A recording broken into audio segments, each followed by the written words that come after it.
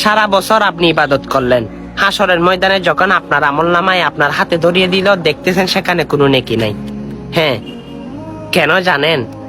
আপনি ইবাদত করেছেন, কিন্তু আপনি জানেন আপনার একটি আমলনামার মধ্যে একটি নেকি ওঠে নাই। কেন জানেন? সেটাই একমাত্র হচ্ছে ফরজ গোসল। ফরজ গোসল কি কারণে হয়? ফরজ হচ্ছে তিনটি।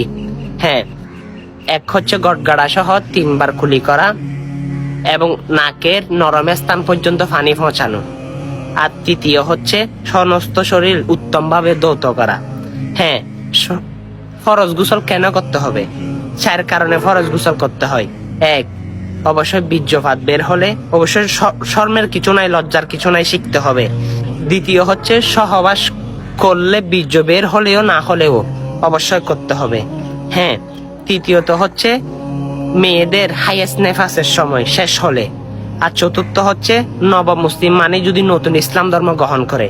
হ্যাঁ, অবশ্যই আপনাকে ফরজ গোসল করতে হবে। যদি না করেন আপনার একটা আমলনামায় একটা সুয়াবও আসবে না, একটা নেকিও আসবে না। আপনি আপনার ইমানকে ধ্বংস করতেছেন না, আপনার নেকিগুলোকে ধ্বংস করতেছেন না। আমার মুসলমান ভাই, অনেক ভিডিও প্রতিদিন শেয়ার করেন, আজকে না হয় এই ফরজ গোসলের নিয়মটা সকল মুসলমানের কাছে পৌঁছে দেন না। অনেক মানুষ তো আপনার কারণে জাহান্নাম থেকে বাঁচতে পারবে। হ্যাঁ, দয়া করে ভিডিওটা সকলকে দেখার সুযোগ করে দেন। আমিন।